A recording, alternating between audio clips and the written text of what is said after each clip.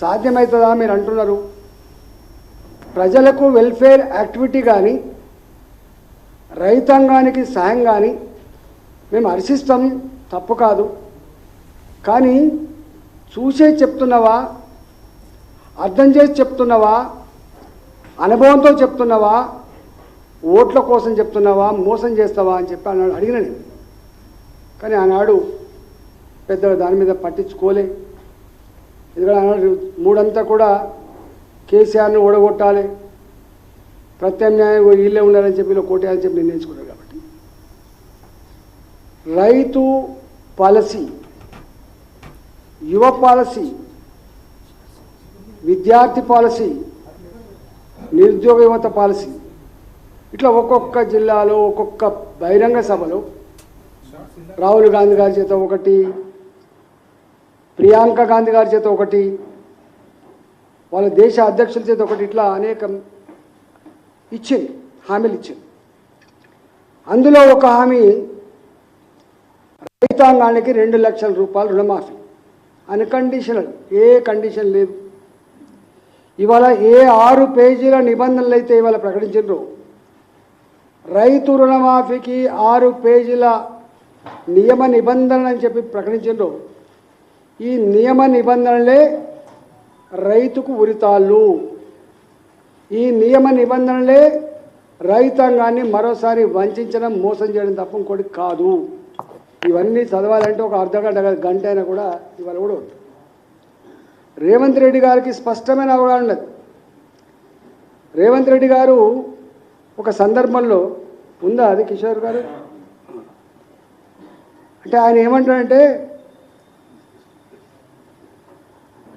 ఆయన మాటలు చెప్తా.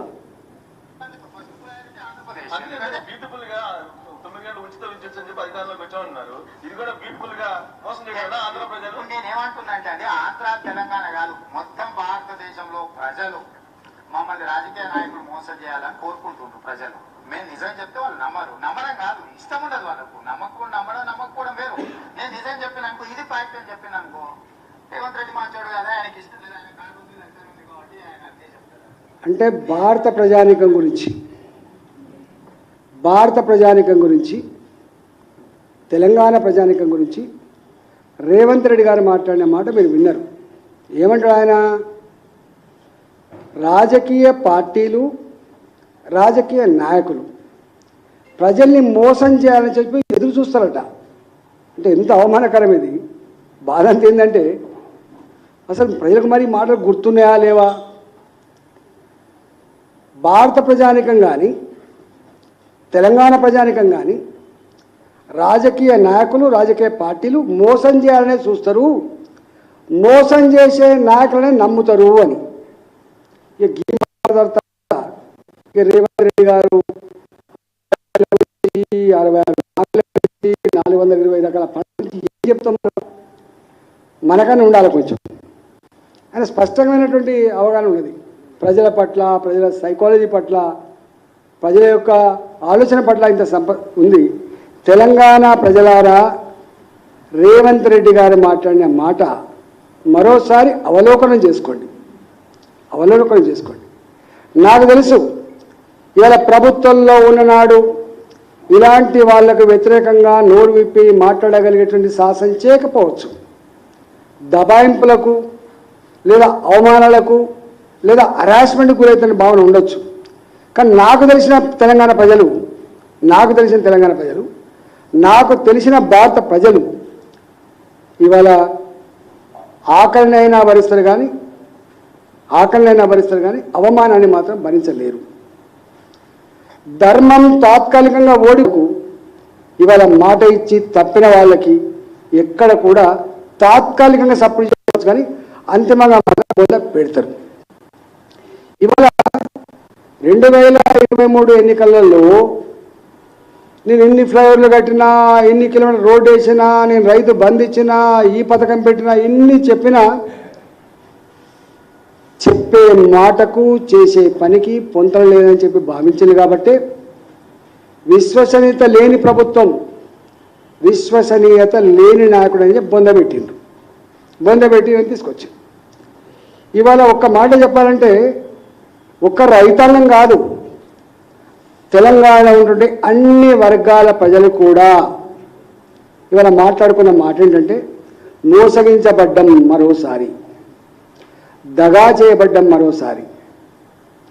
ఎక్కడ పోయినా అదే మాట్లాడుతుంది. మేము తిరుగుతున్నప్పుడు అధికారంలో ఉన్న వాళ్లకు అద్దాల మెడలో కూర్చొని ఉంటారు కాబట్టి వాళ్ళకు ఏం కనబడవు.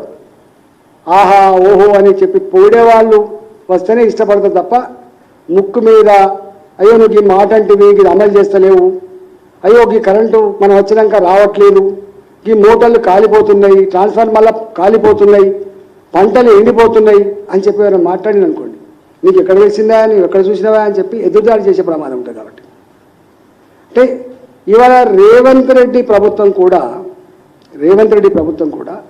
అద్దాల మేడలో కూర్చొని నాకు 5 ఏళ్ళు అధికారం ఇచ్చిండు, నేను ఏమైనా చేసుకుంటా బ్లాంక్ చెక్ ఇచ్చినటువంటి అహంకారం తప్ప ఇంకోటి కాదు.